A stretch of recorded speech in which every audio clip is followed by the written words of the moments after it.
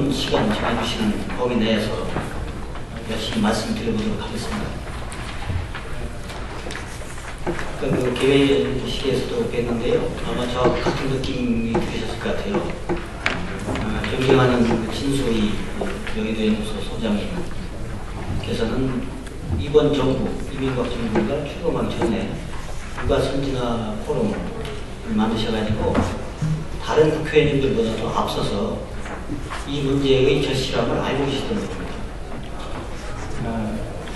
아마 지금도 우리나라를 이끌어가는 지도층 인사들 중에서는 이 유아교육이 왜 저출산 해법이냐 이런 걸 모르는 분들이 많이 계신 것 같아요.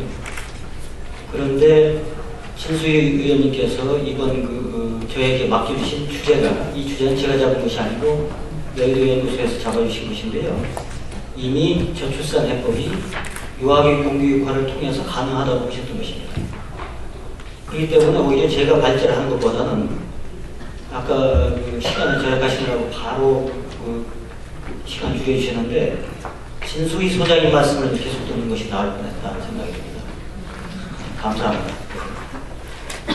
이런 때 한번 박수 한번.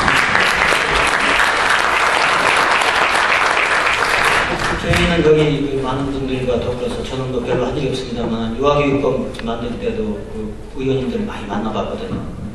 앞에서 주시는 말씀하고 뒤에서 주시는 말씀 다른 분들이 참 많다고 하는 걸 느꼈습니다.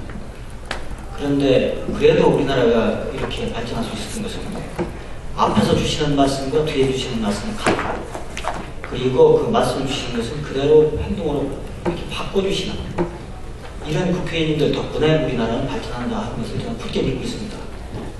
예. 오늘도 아마 제가 알기로는 이 여의도 연구소 이사장님도 와 계십니다만은 저는 여의도 연구소를 어떻게 제가 정의하느냐면요. 한나라당, 이 한나라당은 지금 우리 정부를 책임지고 있는 여당이 있지 않습니까? 한나라당의 국정 운영의 장기 전략을 세우는 싱크탱크들이 모여 계신 것이다. 그러니까 이 여의도 연구소에서 어떤 전략을 세우느냐가 곧 여당의 정강 정책을 바꿀 것이고 우리나라의 그 미래 발전과 직결된다 하는 것이죠. 그래서 어떻게 보면 다른 정부에서 수립하는 대책이나 또는 요즘 잘 아시겠습니다만 미래기획위원회 같은 대통령 직속기관에서 세우는 그런 대책과는 약간 다를 수 있을 것이라는 생각을 저는 하게 되는 것이죠. 시간을 절약하는 방법은 뛰어넘는 방법하고 우선 결론부터 말씀드리는 것이 맞는 것 같아요. 그리고 원고를 급하게 쓰다 보니까 오자가 이렇게 발견이 되네요. 우선 당장 16페이지에 이종걸 교육과 기술위원장께서 이 같은 장소에서 얼마 전에 비슷한 주제로 그때도 제가 발제했습니다만은 10월 27일인데 10월 17일을 잘못 지켰다는 이런 실수를 제가 하게 됐습니다. 대단히 죄송합니다. 지금 금년도에 들어서 특히 한나라당에 존경하는 국회의원님들과 그리고 민주당 쪽에서 계시는 심지어 정과위 위원장님께서도 이 문제를 심각하게 지금 저출산 문제하고 연결을 짓고 계시거든요. 이런 공부를 많이 하시고 실제로 우리 국정을 걱정해 주시는 진정으로 걱정하시는 이런 의원님들이 많이 계신데 참으로 아쉽게도 대통령 직속 미래기후위원회에서는 이 원고를 시작했던 날입니다. 25일날 제가 이 원고를 시작했는데요. 26일날 마쳤거든요.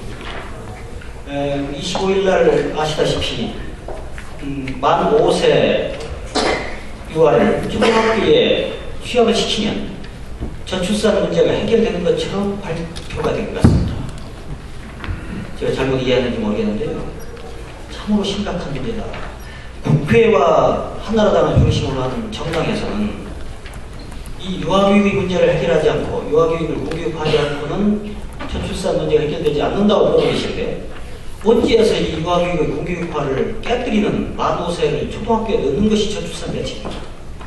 이 같은 이명박 정부에서 국회 여당이 하시는 말씀과 또 대통령 직속기관에서 내놓는 방안이 이렇게 다를 수 있겠는가. 참으로 오게 된다.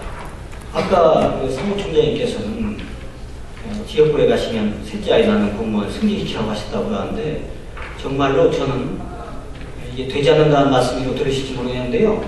셋째 아이를 낳는 사람을 국가유공자로 지정해야 될 것이 아닌가 하는 생각이 듭니다.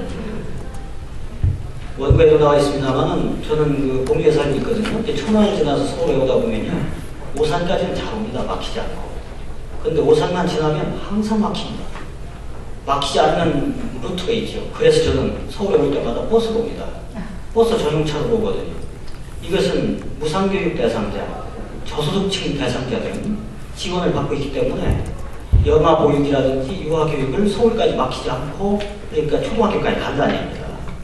그런데 그렇지 않은 일반 아이들이라든지 길층이 좀 내려가 있다든지 이렇게 되면은요 오산강은 꽉 막혀가지고 언제 서울까지 갈지 모릅니다. 서울 언제 갈지 모르는데 어떻게 아이를 낳겠어요? 바로 이것이 그러니까 저는 그 문제의 진단을 어떻게 보고 있느냐면 유아교육을 공유화한다고 해서 그 자체가 저출산 대책을 다 출산 못할 수 있단 말은 아니죠. 물론 다른 것도 많이 있어야 되는데 유아교육을 공교육화하지 아니하고는 절대로 저출산 대책이 해결되지 않는다. 필수 조건이라는 것이죠. 제가 이 비공개 자료를 하나 갖고 왔는데요. 이건 뭐냐면 1세, 만 0세부터 유아학교 체제로 가는 노르웨이, 스웨덴, 노르웨이가 1.90, 스웨덴이 1.85, 또 영국이 이번에 완전히 개혁해가지고 100% 바꿔가지고 1.84. 이 나라들은 전부 0세가 1세부터 통합 비원화된 나라.